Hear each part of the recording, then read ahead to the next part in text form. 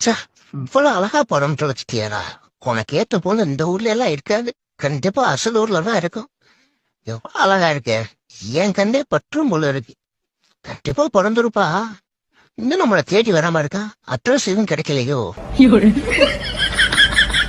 என்ன கல்யாணம் பண்ணிக்கணும்னா 6 கண்டிஷன் இருக்கு. வேணான்னு சொல்லிடலாமா? சரி, என்ன கண்டிஷன் கேட்பேன். கண்டிஷன் நம்பர் 1, நான் எப்படி வேணாலும் ட்ரெஸ் பண்ணுவேன். அத நீ கேட்கவே கூடாது. எனக்கு அந்த ட்ரெஸ் வேணாம், நான் கேட்க மாட்டேன். நான் ஒன்னும் பொண்ணு கிடையாது. ஒன் ட்ரெஸ் மாட்டி தலையிட்டு. நம்பர் 2, ஃப்ரீ டைம்ல அடிக்கடி என்ன பார்க்குக்கு போலாம், பீச்சுக்கு போலான்னு என்ன கூப்பிடவே கூடாது. ரொம்ப சந்தோஷம், எனக்கு செலவு மிச்சம். நம்பர் 3, நமக்கு குழந்தை பிறந்துச்சுன்னா அந்த குழந்தையும் நீதான் பாத்துக்கணும். சரி, நான் பாத்துடுறேன். வேணா எங்க கலெக்டர் வேலைக்கு போறீங்களா? நம்பர் 4, வீட்டுல நான் சமைக்க மாட்டேன். அதையும் நீதான் சமைக்கணும். அதுவுமா? ஆக மொத்தத்துல உனக்கு ஹவுஸ் ஹஸ்பண்டா இருக்கணும். நம்பர் 5, ஃப்ரெண்டுங்களோட நான் எப்ப வேணாலும் வெளியே போவேன். அத நீ கேட்கவே கூடாது. சத்தியமா கேட்க மாட்டேன். கண்டிஷன் நம்பர் 6, கண்ட நேரத்தெல்லாம் என்ன தொடக்கூடாது. எனக்கு எப்ப மூடு வருதோ அப்பதான் தொடணும். இது வேறையா? அதுக்கு நீ பக்கத்துலயே வராதரான்னு சொல்லிட்டு போ. இந்த கண்டிஷனுக்கெல்லாம் உனக்கு ஓகேனா இந்த அக்ரிமெண்ட்ல ஒரு சைன் போட்டுட்டு என் கழுத்துல தாலி கட்டு. உன் கழுத்துல எதுக்கு கட்டுன? அதுக்கு பதிலா என் கழுத்துல நீ தாலி கட்டிடு. ஏன்னா நீ பேசுறத பார்த்தா அப்படிதான் இருக்கு.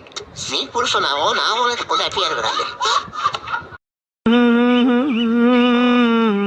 ஐயோ, இவன் வேற வீடியோ எடுக்கிறானே.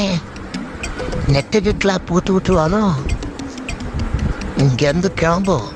அத்தாடி, இந்த வேற ஒருத்தன் போனை கையில் எடுக்கிறான். I don't know. நான் என்னப்பா அர்த்தம் எனக்கு தெரியாது. அப்ப நீ தெரியாதுன்னு சொல்றதுக்கு அவன் லட்ச லட்சமா கொடுத்து படிக்க வைக்கிறான்.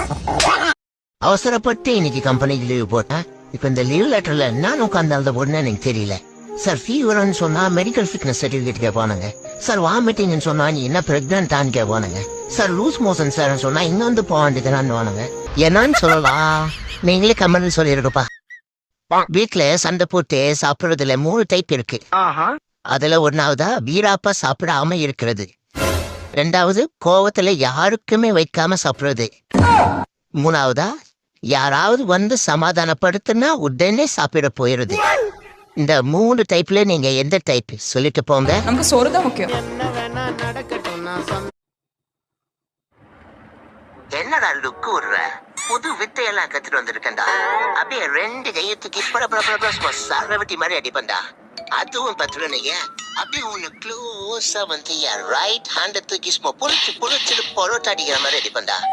அதுவும் பத்துலன்னு வச்சுக்கோ, என்னோட கடைசி இம்பார்ட்டன்டான ஆயுதம்டா. சும்மா பேக்ல திரும்பி கீழே பாம்புடுவோண்டா, முக்கி போடுவோண்டா. என்னடா கொட்டாவி விடுற? நாங்க எவ்வளவு வித்தையெல்லாம் வெள்ளையா இருக்கான், போய் சொல்ல மாட்டான்னு சொல்லுவாங்க. நானும் அதை நம்புறேன். என்ன கையில சோளத்தா பச்சையை சாப்பிட்டா வயிற்றுக்கு ஒத்து வராது. இதை அவுச்சி சாப்பிடணும்னா அடுப்பு வேணும், அதுக்கு நெருப்பு வேணும். இந்த ஆள் இல்லாத காட்டுல அதெல்லாம் போய் நீ எங்க தேடுவேன்? இதெல்லாம் சாத்தியமா? ஆனா தம்பிக்கு அந்த பிரச்சனையெல்லாம் இல்ல.